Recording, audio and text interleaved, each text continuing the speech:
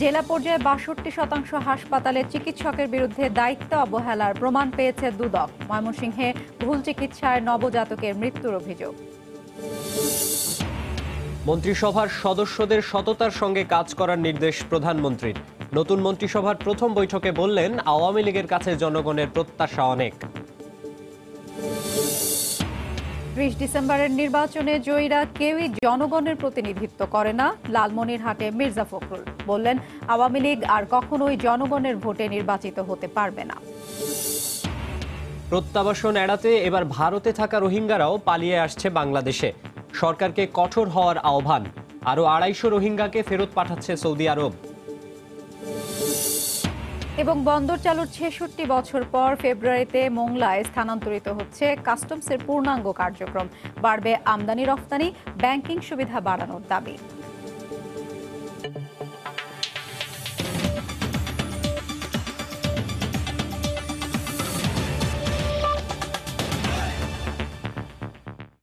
দেখছিলেন শিরোনাম, বাংলা সময়ের সঙ্গে আছি আমি মাকসুম আলম খান এবং আমি হাফসাতুন্নেসা।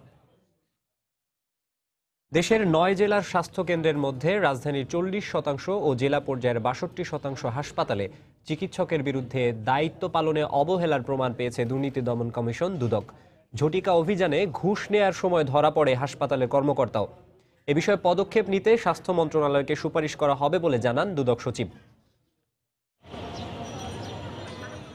রাজধানীর মুগদার ৫০০ শয্যা বিশিষ্ট এই হাসপাতালটিতে অনিয়মের অভিযোগ দীর্ঘদিনের। কাঙ্ক্ষিত সেবা না পাওয়া, নির্ধারিত সময়ে চিকিৎসকদের অনুপস্থিতি সহ নানা অভিযোগ নিয়ে এবার দুদকের দ্বারস্থ সেবাগ্রহীতারা। একটা বেজে গেলে টাইম ওভার হয়ে গেলে তখন মনে করেন এরা তেমন একটা থাকতে চায় না। দুপুরের পর থেকে যদি একটু দীর্ঘ সময় থাকতো সবার জন্য সুবিধা আর কি। ডাক্তার তো ওনার ডিউটি শেষ করে চলে যায়, নাস্তা থাকে। সোমবার দুদকের ঝটিকা অভিযানে হাসপাতালটিতে গিয়ে এসব অভিযোগের সত্যতা পায় দুদক। এ সময় ঘুষ নেওয়ার সময় হাতে নাতে এক কর্মকর্তা ধরা পড়েন। আমরা একজন কর্মচারীকে ঘুষ গ্রহণ করার অবস্থায় হাতে নাতে পেয়েছি এবং আমাদের সুপারিশ ক্রমে তাৎক্ষণিকভাবে তাকে বরখাস্ত করা হয়েছে। ডাক্তারদের এগেইনস্টে অভিযোগ রয়েছে, তবে তারা এটা মূলত অস্বীকারই করে যাচ্ছে। পরিদর্শনের তালিকায় থাকা রাজধানীর সরকারি কর্মচারী হাসপাতালেও কর্তব্যরত সময়ে চিকিৎসকের অনুপস্থিতি ছিল বেলা ১২টায়ও। কিছু চিকিৎসকের শৃঙ্খলা না মানার অভিযোগ স্বীকারও করেন হাসপাতালটির পরিচালক। জনপ্রশাসন মন্ত্রণালয় কর্তৃক এটা নিয়ন্ত্রিত, কিন্তু এখানে আমাদের যারা চিকিৎসকবৃন্দ কর্মরত আছেন তারা সবাই স্বাস্থ্য অধিদপ্তর থেকে এখানে প্রেষণে নিয়োজিত আছেন। হাতে গোনা ২-৪ জন আছেন যাদেরকে নিয়ন্ত্রণে রেখে শৃঙ্খলার মধ্যে রেখে কাজ করানোর ক্ষেত্রে আমাদেরকে অনেক বেগ পোহাতে হয়। অভিযান চালানো হয় নাজিরাবাজার মাতৃসদনেও। এছাড়া ঢাকার বাইরে রাজশাহী, ময়মনসিংহ, পাবনা সহ ৮ জেলার স্বাস্থ্য কেন্দ্র ও হাসপাতালে পরিচালনা করা হয় এই অভিযান, যার অধিকাংশগুলোতেই ছিল ডাক্তারদের অনুপস্থিতি। স্বাস্থ্য অধিদপ্তর আছেন, স্বাস্থ্য মন্ত্রণালয়ের স্বাস্থ্য বিভাগ যেটি, এটি সাধারণত দায়িত্বপ্রাপ্ত এই চিকিৎসকদের শৃঙ্খলার বিষয়টি দেখবার জন্য এবং অফিসে উপস্থিতি এবং অবহেলা করছেন কিনা দায়িত্বে, এই বিষয়গুলো প্রশাসনিক কর্তৃপক্ষকে বিষয়টির ব্যাপারে যথাযথ ব্যবস্থা নেবার জন্য কমিশন বিষয়টি জানাবে। তিনি জানান, সরকারি দায়িত্বে থাকা অবস্থায় তা পালন না করে সরকারি সুযোগ সুবিধা ভোগ করা দুর্নীতির মধ্যেই পড়ে। সেলিয়া সুলতানা, সময় সংবাদ, ঢাকা। ময়মনসিংহে সিজারিয়ান সেকশনের সময় চিকিৎসকের অবহেলায় নবজাতকের মৃত্যুর অভিযোগ উঠেছে। এ ঘটনায় হাসপাতালের মালিক সহ ৩ জনকে আটক করেছে পুলিশ। অস্ত্রোপচারের সময় চিকিৎসকদের সঙ্গে মালিকও অংশ নিয়েছিল বলে দাবি করেছেন এক সহকারী। যার আগমনে পরিবারের সদস্যদের উৎসবে মেতে থাকার কথা, সেই নবজাতকের লাশ নিয়ে বিচারের আশায় দাঁড়ে দাঁড়ে ঘুরছে পরিবার। স্বজনরা জানান, রোববার রাতে ময়মনসিংহ নগরীর কৃষ্টপুর এলাকার পরশ প্রাইভেট হাসপাতালে প্রসূতি জান্নাত বেগমকে ভর্তি করা হয়। রাতেই তার অস্ত্রোপচার করার পরামর্শ দেন চিকিৎসক। পরে পরিবারের কাছে মৃত নবজাতকের লাশ হস্তান্তর করা হয়। সিজারিয়ান সেকশনের সময় চিকিৎসকের অবহেলায় ওই নবজাতক মারা যায় বলে দাবি স্বজনদের। ছুরির আঘাতে আমার সন্তানের মৃত্যু স্যার, এটা আমার অনেক কষ্ট স্যার। স্যার আমার আর দুঃখ নাই স্যার, অনেক দুঃখ স্যার। তাই আমি চাই স্যার বিচার হোক, ডাক্তারের বিচার হোক, ক্লিনিকেরও বিচার হোক স্যার, আমি এই বিচারটাই চাই স্যার। এ বিষয়ে অভিযুক্ত চিকিৎসক কোনো কথা বলতে রাজি না হলেও এক সহকারী জানান, তাদের পক্ষ থেকে চেষ্টার ত্রুটি ছিল না। আমি ছিলাম, ডাক্তার তানভীর ছিল, ডাক্তার শিশির ছিল, খালা ছিল, আর ক্লিনিকের মালিক যে অ্যাসিস্ট করে মুরাদ ছিল। সিজার করে বাচ্চা দিছে, তখন বাচ্চা মরা। খবর পেয়ে ওই হাসপাতালে অভিযান চালিয়ে মালিক সহ ৩ জনকে আটক করেছে পুলিশ। এই অভিযোগের ভিত্তিতে আমরা ক্লিনিকে গেছিলাম, গিয়ে আমরা বাচ্চাটা নিয়ে আসছি এবং বাচ্চার ছোড়তলের ময়নাতদন্ত সহ ছোড়তলের রিপোর্টের ব্যবস্থা করতেছি। ওই ব্যাপারে আমরা আইনানুগ ব্যবস্থা নিচ্ছি। 2015 সালে রেজাউল করিম মুরাদ সহ 4 জনের মালিকানায় গড়ে ওঠে পরশ প্রাইভেট হাসপাতাল। সময় সংবাদ, ময়মনসিংহ। নতুন মন্ত্রিসভার সদস্যদের সততার সঙ্গে কাজ করার নির্দেশ দিয়েছেন প্রধানমন্ত্রী শেখ হাসিনা। তিনি বলেন, আওয়ামী লীগের কাছে জনগণের প্রত্যাশা অনেক। সকালে প্রধানমন্ত্রীর কার্যালয়ে সরকারের নবগঠিত মন্ত্রিসভার প্রথম বৈঠকে অংশ নিয়ে তিনি কথা বলেন। গেল 3 ডিসেম্বর মন্ত্রিসভার শেষ বৈঠকের পর টানা তৃতীয় মেয়াদে আওয়ামী লীগ সরকার গঠন করে গেল 7 জানুয়ারি শপথের আনুষ্ঠানিকতার ঠিক 2 সপ্তাহের মাথায় নতুন মন্ত্রিসভার প্রথম বৈঠক। প্রধানমন্ত্রী শেখ হাসিনার নেতৃত্বে 47 সদস্যের নবগঠিত মন্ত্রিসভার অংশগ্রহণে প্রধানমন্ত্রীর কার্যালয়ে অনুষ্ঠিত হয় সরকারের নীতি নির্ধারণী পর্যায়ের শীর্ষ এই বৈঠক। এতে সভাপতিত্ব করেছেন সরকার প্রধান শেখ হাসিনা। সোমবার বেলা 10টায় এই বৈঠকের শুরুতেই মন্ত্রিসভার সদস্যদের শুভেচ্ছা জানিয়েছে মন্ত্রিপরিষদ বিভাগ। বৈঠকের সূচনা বক্তব্যে প্রধানমন্ত্রী মন্ত্রিসভার সদস্যদের উদ্দেশ্যে কথা বলেন। তিনি জানান, মানুষের প্রত্যাশা পূরণে বদ্ধপরিকর তার সরকার। সততার সাথে কাজ করলে সততার শক্তি অপরিসীম, সেটা আমরা বারবার প্রমাণ করতে সক্ষম হয়েছি। আমাদের পূর্বে যে মন্ত্রিসভা ছিল, আমরা যে কাজগুলি করতে পেরেছিলাম আমাদের বিগত সরকার আমলে, সেই কাজের অনেকগুলি ধারাবাহিকতা আমাদের বজায় রেখে চলতে হবে এবং দেশকে আমাদের এগিয়ে নিয়ে যেতে হবে মানুষের আকাঙ্ক্ষা অনুযায়ী।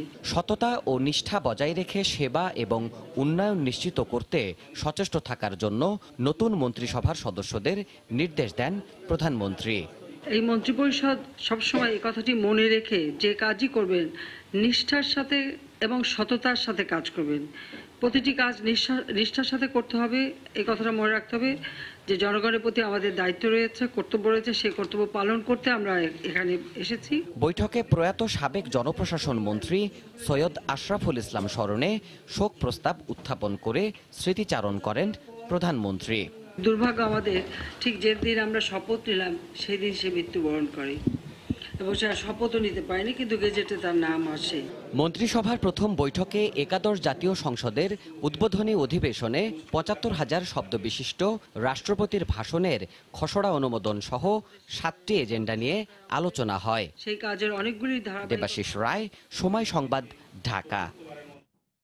এদিকে সংবাদপত্র ও বার্তা সংস্থার কর্মীদের বেতন কাঠামো পরিবর্তনে নবম ওয়েজ বোর্ডের সুপারিশ পর্যালোচনায় গঠিত মন্ত্রিসভা কমিটির সদস্য সংখ্যা বাড়ানো হয়েছে মন্ত্রিসভার প্রথম বৈঠকে। দুপুরে সচিবালয়ে ব্রিফিংয়ে এই কথা জানান মন্ত্রিপরিষদ সচিব। মন্ত্রিসভার বৈঠক শেষে ব্রিফিংয়ে সচিব সাংবাদিকদের বলেন, নতুন মন্ত্রিসভার প্রথম বৈঠকে মোট 7টি এজেন্ডা নিয়ে আলোচনা হয়। নবম ওয়েজ বোর্ডের সুপারিশ পর্যালোচনায় আগের 5 সদস্যের মন্ত্রিসভা কমিটির পরিধি বাড়িয়ে সড়ক পরিবহন ও সেতুমন্ত্রী ওবায়দুল কাদেরের নেতৃত্বে 7 সদস্যের পুনর্গঠিত কমিটির অনুমোদন দেওয়া হয়। এছাড়া পাহাড়ি ও সমতল ভূমি অধিগ্রহণের ক্ষতিপূরণের ক্ষেত্রে সমতা এনে চূড়ান্ত অনুমোদন দেওয়া হয় চিটাগং হিল ট্র্যাক্স অ্যাক্ট 2019-এ। মন্ত্রিপরিষদ সচিব বলেন, 28 জানুয়ারির মধ্যে নবম ওয়েজ বোর্ডের প্রজ্ঞাপন জারির বাধ্যবাধকতা থাকলেও নতুন মন্ত্রিসভা কমিটি চাইলে সময় বাড়াতে পারবেন।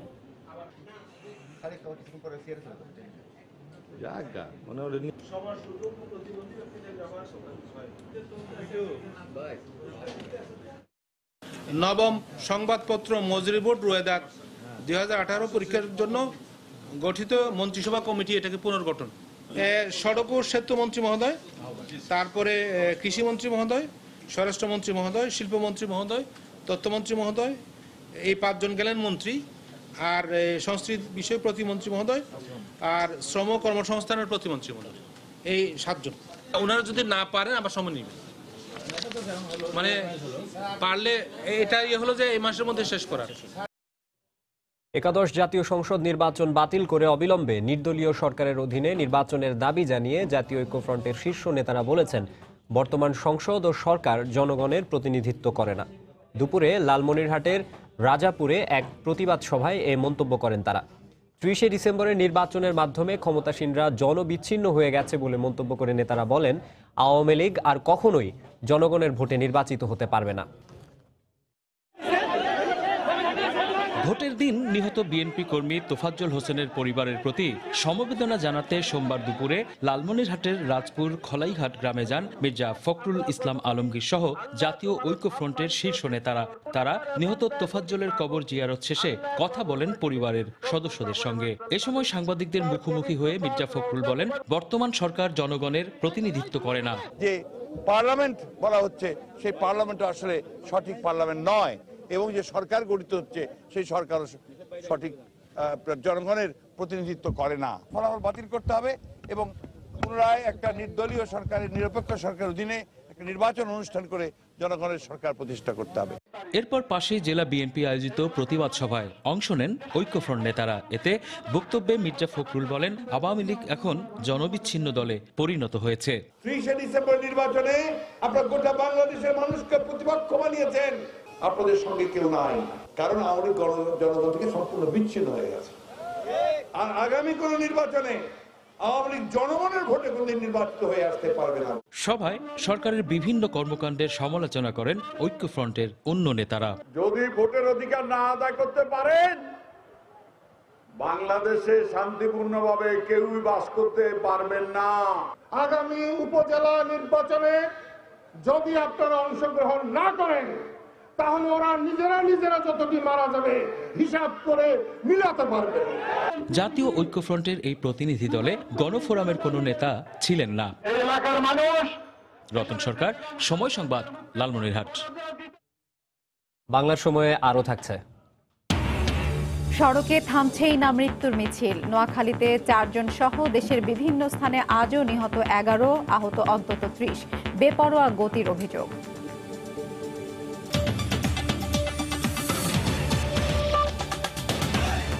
ভারতে আশ্রয় নেওয়া রোহিঙ্গাদের মিয়ানমারে ফেরত পাঠানোর উদ্যোগ নেয় তারা এখন পালিয়ে ঢুকে পড়ছে বাংলাদেশে। সীমান্তের বিভিন্ন স্থান দিয়ে নানা কৌশলে গত 1 মাসে ভারত থেকে পালিয়ে বাংলাদেশে আশ্রয় নিয়েছে প্রায় 1300 রোহিঙ্গা। জেলা প্রশাসন জানায়, ভারত থেকে আসা রোহিঙ্গারা ইউএনএইচসিআর এর নাইক্ষংছড়ির ঘুমধুম ট্রানজিট ক্যাম্পে রয়েছে। নতুন করে রোহিঙ্গা প্রবেশ করায় স্থানীয়দের মধ্যে উদ্বেগ বেড়েছে। সুজাউদ্দিন রুবেলের তথ্য ও মোহাম্মদ ফরাজের ছবি নিয়ে রিপোর্ট। মিয়ানমারের রাখাইনে নির্যাতনের কারণে বিভিন্ন সময় রোহিঙ্গাদের অধিকাংশই বাংলাদেশে আশ্রয় নিলেও অনেকে পালিয়ে গেছে ভারতেও। জানা গেছে সংখ্যা 40,000-এরও বেশি। কিন্তু সম্প্রতি ভারতে আশ্রয় নেওয়া রোহিঙ্গারা সীমান্ত পেরিয়ে চলে আসছে বাংলাদেশে। গত 1 মাসে ভারত থেকে আসা রোহিঙ্গারা এখন অবস্থান করছে ইউএনএইচসিআর এর পরিচালনাধীন নাইক্ষংছড়ির ঘুমধুম ট্রানজিট ক্যাম্পে। অবশ্য ট্রানজিট ক্যাম্পে ঢোকার অনুমতি দেওয়া হচ্ছে না গণমাধ্যম কর্মীদের। তবে ভারত থেকে আসা কিছু রোহিঙ্গার দেখা মেলে ক্যাম্পের আশেপাশে। তাদের দাবি, ভারতীয় কর্তৃপক্ষ তাদের মিয়ানমারে ফেরত পাঠাচ্ছে, তাই সেখানে নিরাপত্তা না থাকায় বাংলাদেশে পালিয়ে আসছে। আর বার্মা ফারকা দিবালা বলে হই তারা আর ইন ডরে মানে আইয়ে গই হাউস যদি বন্য দিলে তোমরা কিন্তু জাগো হইবে ইন্ডিয়া তুই আর ইন্ডিয়া তুন আসি দে গেই দে আসি দে আর চুরি করি আর বোর্ডা ফারাই টিয়া বেশি খরচ হয়ে আর তুমি মেহনত করে ফারা বুঝি তাহলে আর এখন শহরে বেশি দাম করে দোকান দিলা তোমরা মানে বার্মা দিবা দিব আর দেশ যেতদিন শান্তি নয় তুমি আর আশ্রয় লইলা বলি চাই। সীমান্ত দিয়ে ভারত থেকে রোহিঙ্গাদের বাংলাদেশে ঢুকে পড়ার বিষয়টি উদ্বেগজনক বলে মনে করছেন রোহিঙ্গা প্রত্যাবাসন সংগ্রাম পরিষদের এ নেতা। এই আশ্রয়স্থল আমরা চিন্তিত যে এটা কোনো আবাসস্থলে পরিণত হচ্ছে কিনা, তাই আমাদেরকে সতর্ক থাকতে হবে। বাংলাদেশ সরকার ভারতের সাথে দ্বিপাক্ষিক আলোচনার মাধ্যমে যাতে ভারতে থাকা রোহিঙ্গারা বাংলাদেশে অনুপ্রবেশ করতে না পারে অথবা তাদেরকে এখানে ঠেলে পাঠিয়ে দিতে না পারে সেই ব্যবস্থা করাই উত্তম। এ বিষয়ে কথা বলতে রাজি হননি শরণার্থী ত্রাণ ও প্রত্যাবাসন কমিশন বা ইউএনএইচসিআর এর কর্মকর্তারা। বিষয়টি স্বীকার করে জেলা প্রশাসক জানালেন, ভারত থেকে আসা রোহিঙ্গারা ইউএনএইচসিআর এর অধীনে রয়েছে। যেহেতু ইউএনএইচসিআর এখানে আছে, তাদের রিফিউজি হিসেবে তাদের ম্যানেজমেন্টে আছে, সেই লোকগুলো আমাদের ক্যাম্পে সেভাবেই তাদেরকে হস্তান্তর করা হয়েছে। গত 18 জানুয়ারি থেকে ব্রাহ্মণবাড়িয়ার কসবার কাজিয়াতুলি সীমান্ত দিয়ে 31 জন রোহিঙ্গা বাংলাদেশে অনুপ্রবেশের চেষ্টা করছে। তবে বিজিবি সতর্ক অবস্থানে থাকায় তারা শূন্যরেখায় অবস্থান করছে। সময় সংবাদ, কক্সবাজার। সীমান্ত সুরক্ষা, মাদক প্রতিরোধ ও সীমান্তে মাইন অপসারণ বিষয়ে মিয়ানমারে বর্ডার গার্ড বাংলাদেশ বিজিবি ও মিয়ানমার বর্ডার গার্ড পুলিশ বিজিপির মধ্যে বৈঠক হয়েছে। সকালে মংডুতে আঞ্চলিক কমান্ডার পর্যায়ে এই বৈঠক হয়। এতে বিজিবির কক্সবাজারের আঞ্চলিক commander brigadier general Ainul Morshed পাঠানের নেতৃত্বে 10 জন কর্মকর্তা অংশ নেন। বৈঠকে দুদেশের সীমান্ত সুরক্ষা, মাদক প্রতিরোধ, সীমান্তে মাইন অপসারণ ও চোরাচালান প্রতিরোধ নিয়ে আলোচনা হয়। এ সময় যৌথ টহল জোরদারের সিদ্ধান্ত হয়েছে বলে জানা গেছে বিজিবি সূত্রে। দর্শক, আমরা আগেই বলেছি ভারত থেকে অনেক রোহিঙ্গা বাংলাদেশে পালিয়ে চলে আসছে। তো রোহিঙ্গা বিষয়ে আলোচনার জন্য চট্টগ্রামে সহকর্মী কমলদের সঙ্গে রয়েছেন নিরাপত্তা বিশ্লেষক মেজর অবসরপ্রাপ্ত এমদাদুল ইসলাম। যাচ্ছি তার কাছে। এমনিতে গত 2017 সালে 24 আগস্ট থেকে শুরু করে ডিসেম্বর পর্যন্ত 11 লাখের বেশি রোহিঙ্গার অবস্থান ছিল কক্সবাজারের টেকনাফ এবং উখিয়ায়। এর মধ্যে আবার নতুন করে সমস্যা শুরু হয়েছে।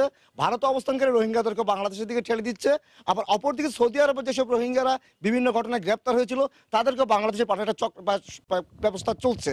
তো এই বিষয়ে আমরা কথা বলবো বিশিষ্ট নিরাপত্তা বিশ্লেষক এবং দীর্ঘদিন ধরে বাংলাদেশের পক্ষ থেকে বা মিয়ানমারের বাংলাদেশ দূতাবাসে কর্মরত গোয়েন্দা কর্মকর্তা মেজর অবসরপ্রাপ্ত এমদাদুল ইসলামের সাথে। এমদাদুল, আপনাকে স্বাগতম। বারবার কেন বাংলাদেশে রোহিঙ্গাদেরকে নিয়ে জটিলতার মুখে পড়তে যাচ্ছে এবং কেন হচ্ছিল এটা আপনি মনে করছেন? আসলে একদিকে মিয়ানমার থেকে রোহিঙ্গারা আমাদের দেশে আশ্রয় নিয়েছে, আমরা আশ্রয় দিয়েছি, এটা সারা বিশ্ব আমাদেরকে তারা খুব প্রেস করেছে, প্রশংসা করেছে। কিন্তু ইদানিং এই অতি সাম্প্রতিককালে একটা প্রবণতা দেখা যাচ্ছে, যেমন ভারতেও কিছু কিছু মানুষ, মাত্র ধরেন 40,000-এর মতো লোক আশ্রয় নিয়েছে রোহিঙ্গা। তো সেখানে ভারত যেটা করার কথা, সেটা তাদেরকে যদি পুশব্যাক করতে হয় সেটা মিয়ানমারে পুশব্যাক করবে। কিন্তু দেখা যাচ্ছে আমাদের কসবা সীমান্ত বা কুমিল্লা বা অন্যান্য সীমান্তবর্তী এলাকাগুলির থেকে তারা রোহিঙ্গাদেরকে আমাদের এখানেই পুশব্যাক করার চেষ্টা করছে এবং রোহিঙ্গারা সে মানবেতর জীবনযাপন করছে। একইভাবে আমরা আরেকটা জিনিস লক্ষ্য করেছি বিভিন্ন সংবাদ মাধ্যমে, সেটা হচ্ছে সৌদি আরব থেকে রোহিঙ্গা যেগুলি বিতরণ যাদের করা হচ্ছে তাদেরকেও বাংলাদেশে পুশব্যাক করা হচ্ছে। কথা হচ্ছে এরা তো বাংলাদেশ থেকে এরা কিন্তু কোথাও মাইগ্রেট করে নাই বা বাংলাদেশ তাদেরকে কোথাও পুশব্যাক করে নাই, বাংলাদেশের কোনো কারণে তারা তাদের বাস্তুভিটা থেকে উচ্ছেদ হয় নাই, তারা উচ্ছেদ হয়েছে আরাকান অঞ্চল থেকে, তাদের বাস্তুভিটার থেকে। তো সেখানে এটা কূটনীতি এবং মানবিক উভয় দিক থেকে আমি বলবো যে ভারত যেমন এক ধরনের অশিষ্টাচারের বাইরে গিয়ে যেটা ব্যবহার করছে, তারা আমাদের এখানে পুশব্যাক করার চেষ্টা করতেছে। সৌদি আরবে একইভাবে আমাদের এখানে তাদেরকে প্রেরণ করার চেষ্টা করছে। এটা এখন আমাদের পররাষ্ট্র মন্ত্রণালয়ের একটা অন্যতম দায়িত্বের মধ্যে পড়বে যে এই সমস্ত দেশ, পৃথিবীর দেশে যেখানেই রোহিঙ্গার আশ্রয় গ্রহণ করেছে তাদেরকে একটা অ্যালার্ম বা তাদেরকে এটা অবগত করানো যে রোহিঙ্গাদের আমাদের দেশে পুশব্যাক করার চেষ্টা না করে তাদের জন্মভূমি যেখানে তাদের যেখানে জন্মস্থান সেখানে তাদেরকে ফেরত পাঠানো। আমার যেটা প্রশ্ন আপনার কাছে, আপনি যে দীর্ঘদিন মিয়ানমারে কাজ করেছেন নিরাপত্তা বাংলাদেশের দূতাবাসের পক্ষ থেকে, এক্ষেত্রে রোহিঙ্গারা কিন্তু বাস্তুচ্যুত হয়েছে মিয়ানমার থেকে।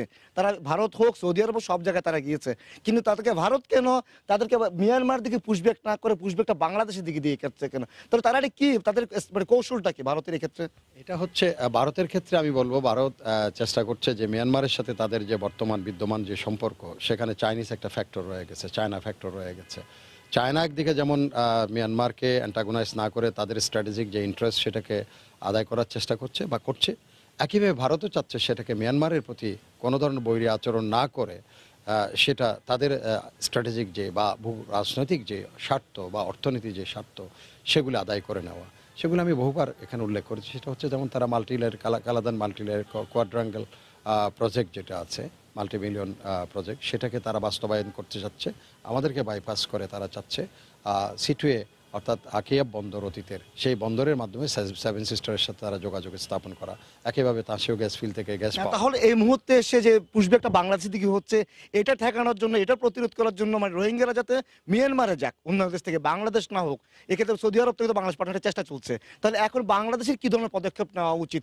এমনি কিন্তু বাংলাদেশ 11 লাখ রোহিঙ্গার ভার বহন করছে, তাহলে নতুন করে যদি আবার রোহিঙ্গারা আসা শুরু হয় বিভিন্ন দেশ থেকে, তাহলে বোঝাটা কিন্তু আরো বড় হচ্ছে। তাহলে বাংলাদেশের কি ধরনের কৌশল নেওয়া উচিত? আমার মনে হয় বর্তমানে আমাদের যে পররাষ্ট্র মন্ত্রণালয়, সেখানে গার্ড চেঞ্জ হয়েছে। নতুন পররাষ্ট্রমন্ত্রী এসছেন, ওনার সাথে ব্যক্তিগতভাবে এইসব জিনিস কিছু আলাপ করার আমার সুযোগ হয়েছে। অত্যন্ত একটা ওনার এই ব্যাপারে একটা সূক্ষ্ম এবং স্থির একটা পরিকল্পনা আছে, অত্যন্ত দূরদর্শী একটা পরিকল্পনা ওনার আছে। উনি অত্যন্ত অভিজ্ঞ এই ব্যাপারে। উনি ওনার পথরেখা এখন যেটাকে আমরা বলি আমাদের এক ধরনের রোড ম্যাপ তৈরি করা, সেটা ওনার তৈরি আছে, উনি কাজ করবেন এটা নিয়ে। সেখানে মিয়ানমার এবং ভারত, চায়না সবাইকে জড়িত করে, কাউকে কোনো পক্ষকে অ্যান্টাগোনাইজ না করে একটা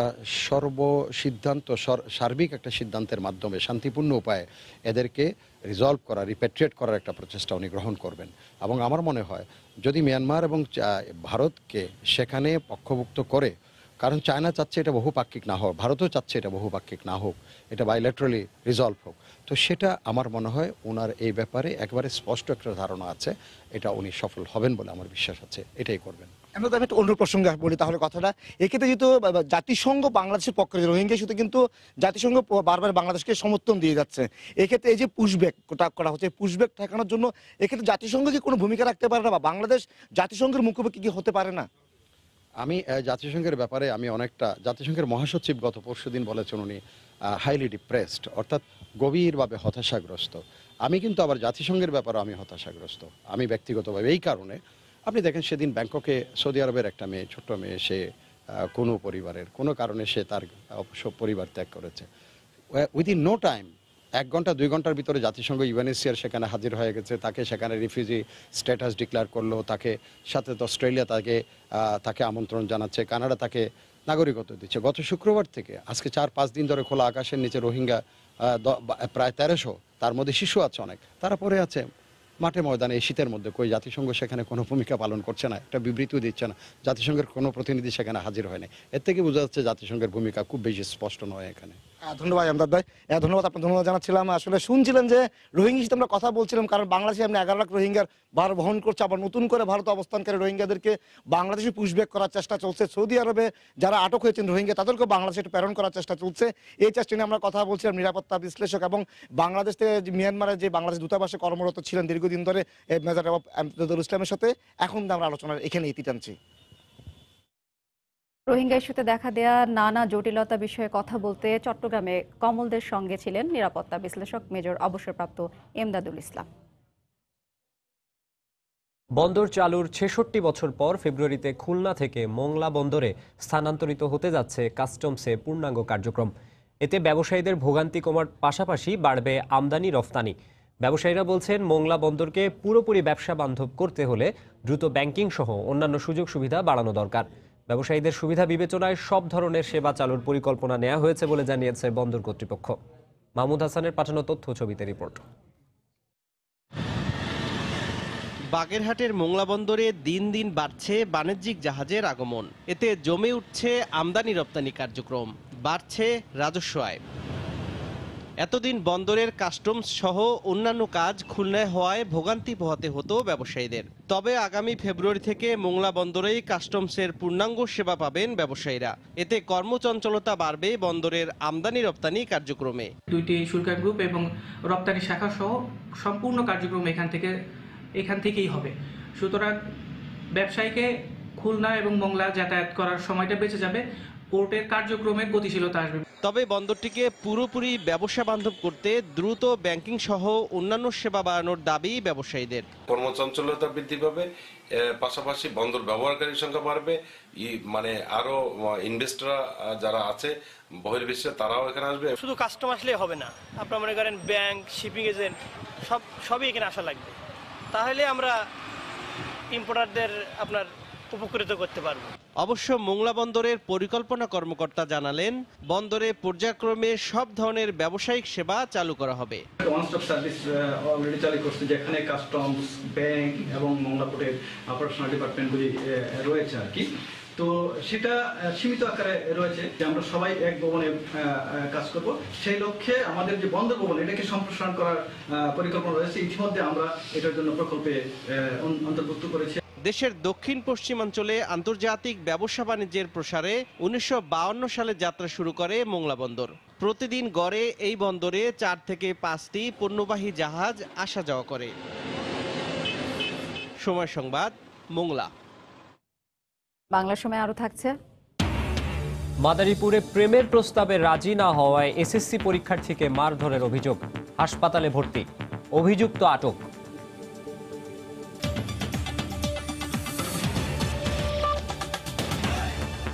কোনোভাবেই থামানো যাচ্ছে না সড়কে মৃত্যুর মিছিল, প্রতিদিনই দীর্ঘ হচ্ছে তালিকা।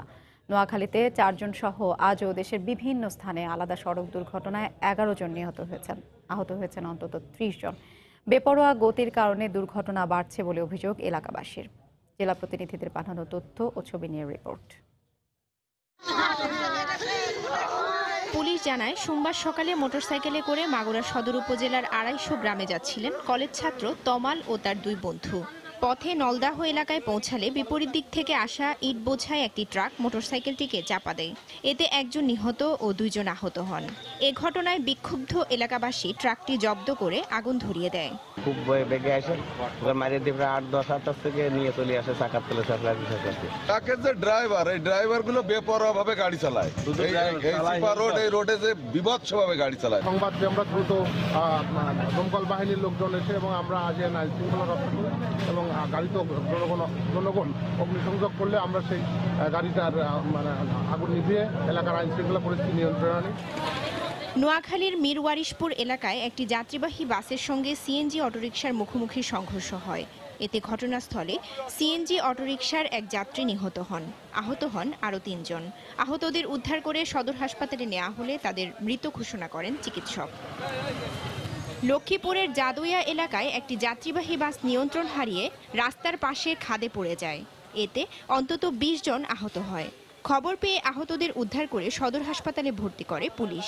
একই সময় সদর উপজেলার টুকামিয়া এলাকায় সিএনজি অটোরিকশা উল্টে কাজী সিরাজ নামে উপজেলা স্বাস্থ্য পরিদর্শক মারা গেছেন। এছাড়া ঝিনাইদহ এবং গাইবান্ধায় আলাদা সড়ক দুর্ঘটনায় আরও ২ জন নিহত হয়েছেন। রওজে জাবিদ ঐশী, সময় সংবাদ। দুর্ঘটনা প্রতিরোধে ও সড়কে শৃঙ্খলা ফেরানোর লক্ষ্যে চট্টগ্রামে অভিযান চালাচ্ছে বিআরটিএর ভ্রাম্যমাণ আদালত। এই মুহূর্তে নগরীর বাদামতলী মোড় এলাকায় আছেন রিপোর্টার শফিকুল আলম। চলে যাচ্ছি তার কাছে। শফিক,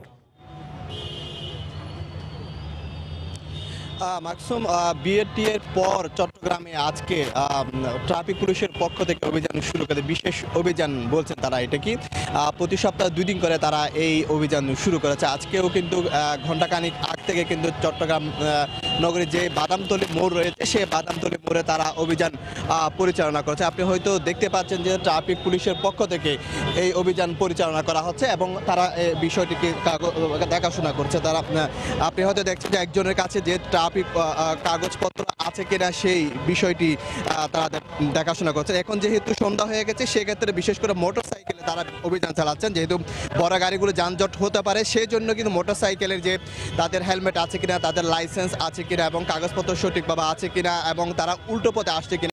কিছুক্ষণ আগে আমরা দেখেছি কয়েকটি গাড়িকে তারা জরিমানা করেছেন হেলমেট না পরার কারণে চালককে, এবং উল্টো পথে আসার কারণেও কিন্তু তাদের জরিমানা করা হয়েছে। এবং তারা বলেছেন বিশেষ করে এই যে জ্যাব্রা ক্রসিং আছে সেই জ্যাব্রা ক্রসিং দিয়ে মানুষ যারা হাঁটতে পারে সেই জন্য তারা সচেতনতা সৃষ্টি করছে পাশাপাশি, এবং তাদেরকে বোঝানোর চেষ্টা করছেন যে ট্রাফিক পুলিশের যে আইন আছে সেই আইনগুলো মেনে চলার জন্য তারা এই বিষয়টি জানাচ্ছেন। এর পাশাপাশি বড় গাড়িগুলো যেগুলো ফিটনেস নাই এবং যাদের রোড পারমিট নাই এবং যাদের ট্যাক্স দেওয়া নেই সেই বিষয়টি তারা দেখাশোনা করছেন, এবং যে গাড়িগুলো সিট আছে কি ঠিকমতো আছে কিনা সেই বিষয়গুলো কিন্তু দেখাশোনা করা হচ্ছে।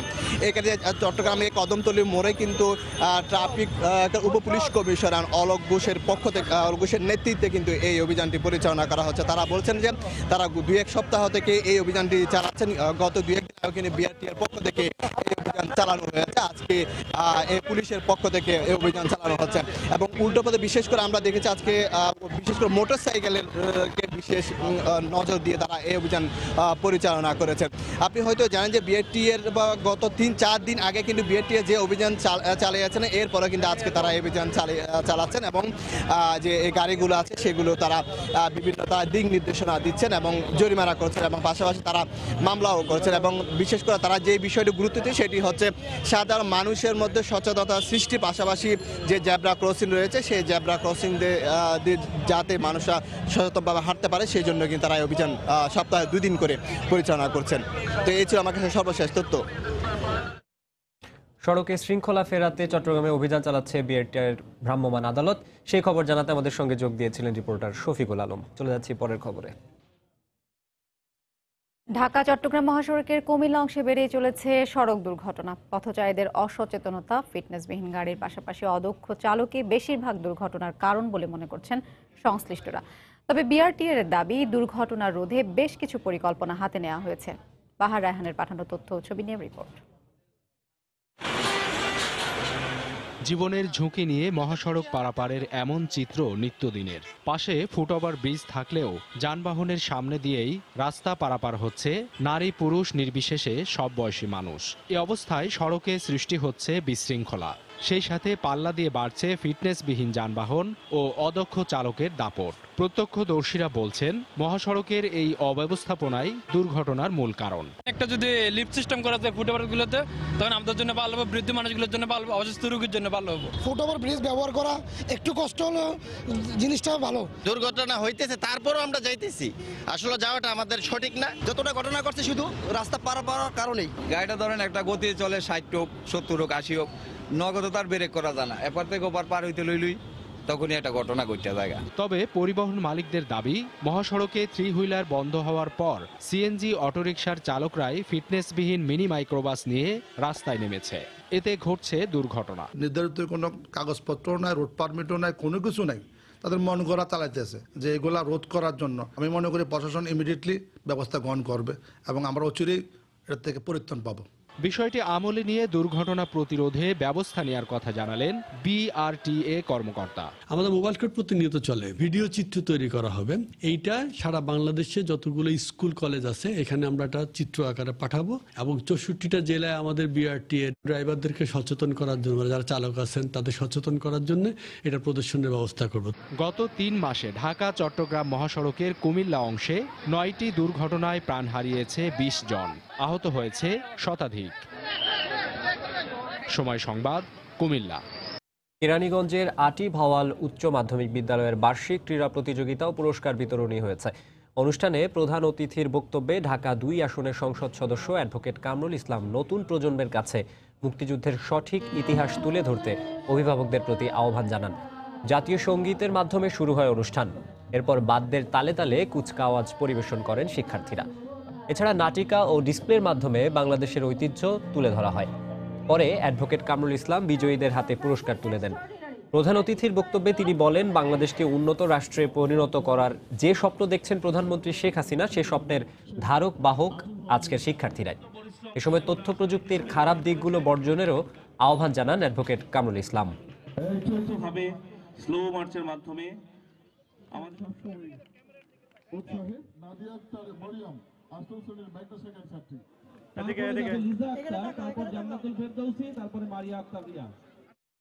অন্যান্য জেলার চেয়ে অনেক পিছিয়ে ছিল পার্বত্য জেলা খাগড়াছড়ির শিক্ষা ব্যবস্থা। তবে সরকারের সময়োপযোগী নানামুখী সিদ্ধান্তের কারণে এই জনপদের শিক্ষা খাতে এসেছে আমূল পরিবর্তন। শুধু তাই নয়, পার্বত্য অঞ্চলের বিভিন্ন জাতিগোষ্ঠীর শিশুদের কথা মাথায় রেখে মাতৃভাষায় আলাদা প্রাথমিক শিক্ষা চালু করা হয়েছে। স্থানীয়রা বলছেন, এতে শিক্ষার্থী ঝরে পড়া কমছে, পাশাপাশি বাড়ছে শিক্ষার হার। খাগড়াছড়ি প্রতিনিধি জিতেন বড়ুয়ার তথ্য ও ছবি নিয়ে রিপোর্ট। খাগড়াছড়িতে গত 10 বছরে 275টি প্রাথমিক বিদ্যালয়, 22টি মাধ্যমিক বিদ্যালয়, 18টি নিম্ন মাধ্যমিক বিদ্যালয় ও 9টি কলেজে প্রায় 250 কোটি টাকা ব্যয় করা হয়েছে। পাহাড়ের কথা আলাদা বিবেচনায় নিয়ে ক্ষুদ্র নৃগোষ্ঠীর শিশুদের হাতে পৌঁছে দেওয়া হয়েছে মাতৃভাষার বই। এতে খুশি শিক্ষার্থীরা। সরকার বছরের প্রথম দিন শিক্ষার্থীদের হাতে বই তুলে দিচ্ছে, পাশাপাশি মাল্টিমিডিয়া ক্লাসরুম, মিল্ক দ্য মিল, উপবৃত্তি সহ নানা সুযোগ সুবিধা দেওয়ার কারণে শিক্ষার্থীরা বিদ্যালয়ে যেতে উৎসুক হচ্ছে। এতে ঝরে পড়া কমার পাশাপাশি বাড়ছে পাশের হার। সরকারের শিক্ষানীতির কারণে এমন অভূতপূর্ব পরিবর্তন বলছেন অভিভাবকরা। উপবৃত্তি দেওয়া হয় এবং মিড ডে মিল চালু হওয়ার কারণে বাচ্চাদেরকে খাওয়া দাওয়ার ব্যবস্থা করা হয়। শিক্ষার্থীরা স্কুলগামী হচ্ছে, মোটামুটি 100% সবাই স্কুলে আসছে। বিদ্যালয়গুলোতে শিক্ষার্থীদের উপস্থিতি বাড়ায় খুশি শিক্ষকরা। শিক্ষার্থীদের অনুপস্থিতির ক্ষেত্রে হোম ভিজিটের মাধ্যমে অভিভাবকদের সাথে যোগাযোগ রেখে খোঁজখবর নিচ্ছেন তারা। ঘরমুখো ছেলেমেয়েরা স্কুলে আসার সুযোগ পেয়েছে এবং তারা তাদের লেখাপড়া অব্যাহত থাকছে। বিদ্যালয়ে আসার জন্য তারা অনুপ্রেরণা খুঁজে পাচ্ছে, যার ফলে আমাদের ঝরে পড়ার হার কিন্তু প্রতিনিয়তই কমছে। প্রাথমিক শিক্ষা কর্মকর্তার মতে, জেলার শিক্ষা খাতে সরকারের উন্নয়নে শিক্ষা ব্যবস্থায় গুণগত মান বৃদ্ধি পাবে। প্রতিটি বিদ্যালয়ে বাউন্ডারি ওয়াল করে দেওয়া হচ্ছে, ওয়াশ ব্লক, বাউন্ডারি ওয়াল এবং ভবন, আমাদের অনেক উন্নয়ন হয়েছে। শিক্ষা কর্মসূচির এই ধারা অব্যাহত থাকবে বলে জানান জেলা প্রশাসনের এই শীর্ষ কর্মকর্তা। ইতিপূর্বে শিক্ষার হার অনেক কম ছিল, এখন শিক্ষার হার প্রায় প্রায় 50% নিয়ার অ্যাবাউট 50% হয়েছে। এই ধারা যদি আমরা ধরে রাখতে পারি তাহলে শিক্ষার হার ক্রমান্বয়ে বেড়ে যাবে। জেলায় 150 কোটি টাকা খরচ করে শিক্ষকদের জন্য গড়ে তোলা হয়েছে প্রাথমিক শিক্ষক প্রশিক্ষণ কেন্দ্র। সময় সংবাদ, খাগড়াছড়ি। মাদারীপুরে প্রেমের প্রস্তাবে রাজি না হওয়ায় এক এসএসসি পরীক্ষার্থীকে মারধরের অভিযোগ উঠেছে। অভিযুক্ত যুবককে গ্রেফতার করেছে পুলিশ। দুপুরে সদরের বাজিতপুর থেকে তাকে গ্রেফতার করা হয়। পুলিশ জানায়, দীর্ঘদিন ধরে সদরের সমাদদার বহুমুখী উচ্চ বিদ্যালয়ের এসএসসি পরীক্ষার্থীকে প্রেমের প্রস্তাব দিয়ে আসছিল একই ক্লাসের অমিত। এক পর্যায়ে রোববার বিকেলে প্রাইভেট পড়তে যাওয়ার পথে আবার ওই ছাত্রীকে প্রস্তাব দেয় সে। এ সময় প্রস্তাবে সাড়া না দেওয়ায় বাকবিতণ্ডার এক পর্যায়ে লাঠি দিয়ে বেধড়ক পিটিয়ে ওই পরীক্ষার্থীকে গুরুতর আহত করে অমিত। পরে স্থানীয়রা ওই পরীক্ষার্থীকে উদ্ধার করে সদর হাসপাতালে ভর্তি করে। এ ঘটনায় নির্যাতিতার বাবা বাদী হয়ে অমিতকে আসামি করে সদর থানায় একটি মামলা করেন।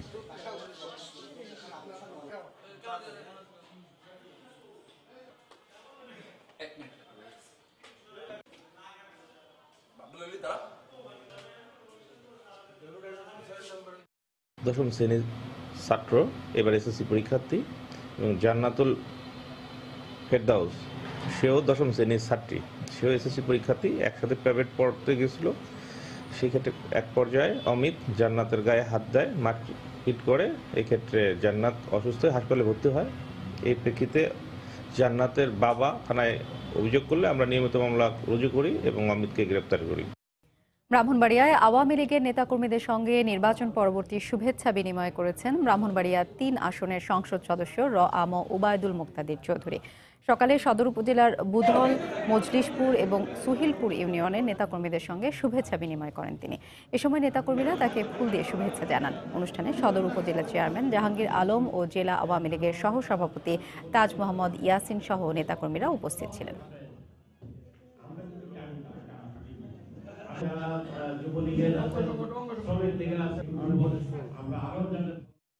মেহেরপুরে অবৈধ 4টি ইটভাটা বন্ধ করে দিয়েছেন ভ্রাম্যমাণ আদালত।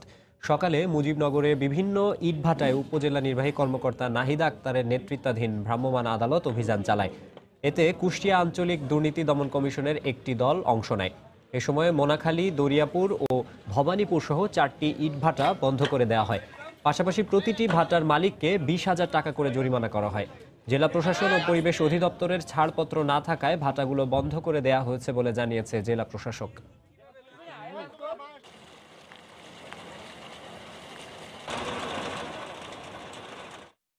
সমৃদ্ধ চর, উন্নত দেশ, এই স্লোগানে কুড়িগ্রামে শুরু হয়েছে 3 দিনব্যাপী কৃষি ও বাণিজ্য মেলা। দুপুরে সদর উপজেলার চাকেন্দা খানপাড়া উচ্চ বিদ্যালয়ের মাঠে এ মেলার উদ্বোধন করেন পুলিশ সুপার মোহাম্মদ মেহেদুল করিম।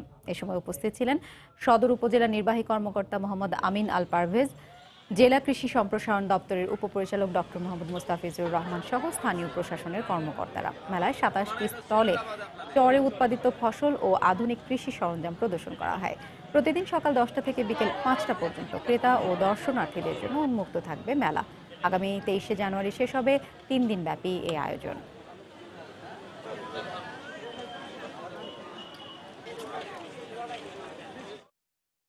রাতের আকাশে দেখা যাচ্ছে লাল নেকড়ে চাঁদ বা সুপার ব্লাড উলফ মুন। চাঁদ দেখা উৎসবের খবর জানাতে এই মুহূর্তে রাজধানীর হাতিরঝিলে আছেন সহকর্মী শাতিলা শারমিন। সরাসরি চলে যাচ্ছি তার কাছে। শাতিলা,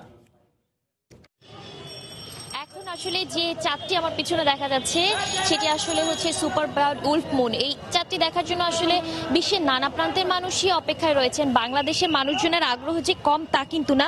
আমরা আসলে দেখতে পাচ্ছি যে শহরে যে কোলাহল, এই কোলাহল ছাড়িয়ে মানুষ যখন একটু সৌন্দর্যের খোঁজ করেন তখন কিন্তু ওই আকাশের দিকটাই আসলে দেখতে থাকেন যে আসলে মুক্ত আকাশটা কেমন লাগছে। সেই জায়গা থেকে বলতে হয় যে মুক্ত আকাশে আজকে কিন্তু চাঁদ উঠেছে এবং বছরের প্রথম যে পূর্ণিমাটি, সেই পূর্ণিমাটি কিন্তু অনেকেই উপভোগ করার জন্য জমায়েত হয়েছেন এই কর্মব্যস্ত নগরীর বিভিন্ন যে জায়গাগুলো আছে, যে জায়গাগুলো থেকে আসলে চাঁদকে দেখা যাবে।